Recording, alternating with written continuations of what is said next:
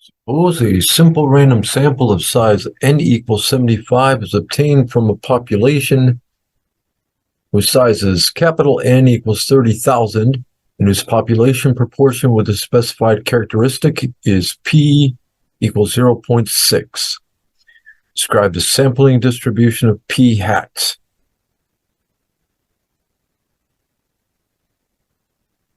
So first of all, 5% or 0.05 times 30,000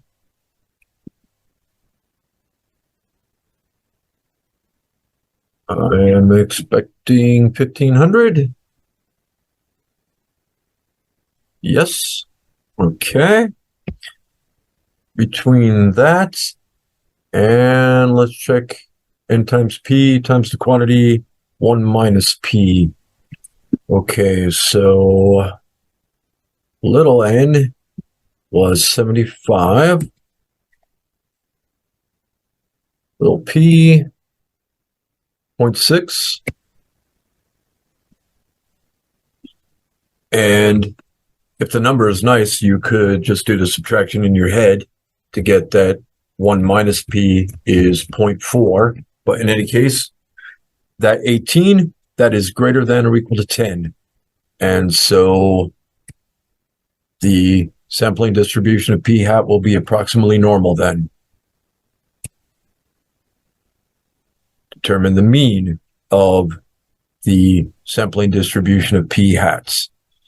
Okay, before I go looking at the book, if I remember right, that would be mu is equal to n times p, so 45.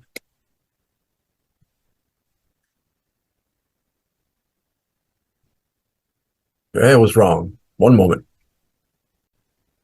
Okay, I see my mistake. I was thinking about binomial probabilities, which is strongly related to, but if we multiplied both sides here, we would have, by n, we would have x equals n times p hat.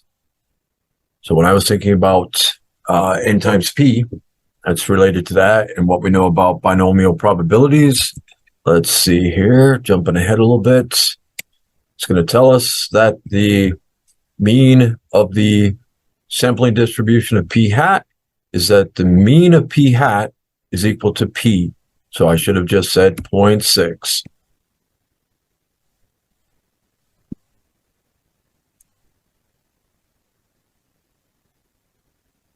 And then the standard deviation. Your standard deviation when you're doing binomial probabilities was square roots of all of n times p times 1 minus p. Now we're seeing instead of the n multiplied there, we are dividing by it. And without going into an explanation of why that's the case, okay, p times 1 minus p all over n, all that under square roots, so 0.6 times 0.4 divided by our sample size of 75. And they want that rounded to 6 decimal places. So 0.056, 0.056569.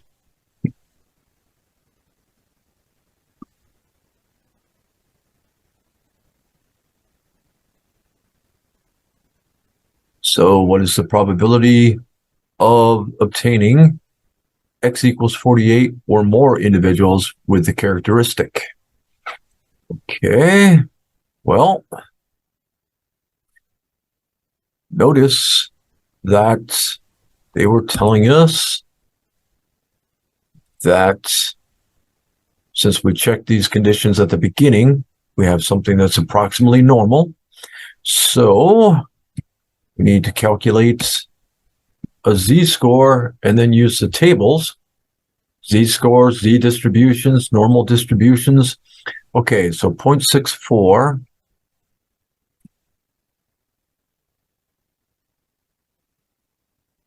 minus the 0.6 divided by that standard deviation, which they just had us round, hopefully I can still use that rounded version. 0.056569. The z-score would then round to 0.71.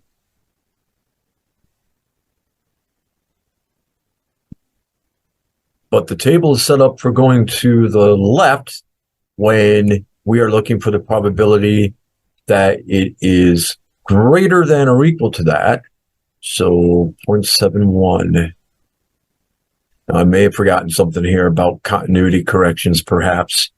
I know that comes up when approximating normal probabilities by approximating binomial probabilities by normal probabilities.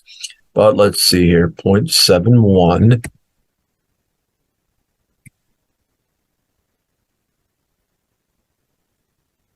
This is the 0.70 column.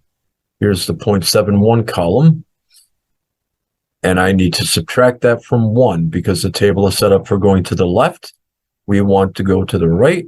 So we need the probability of the complementary events. 1 minus 0.7611. 0.2389.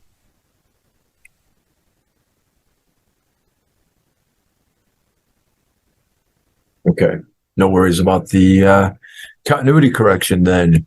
Okay, so what about the probability p hat is less than or equal to 0.48?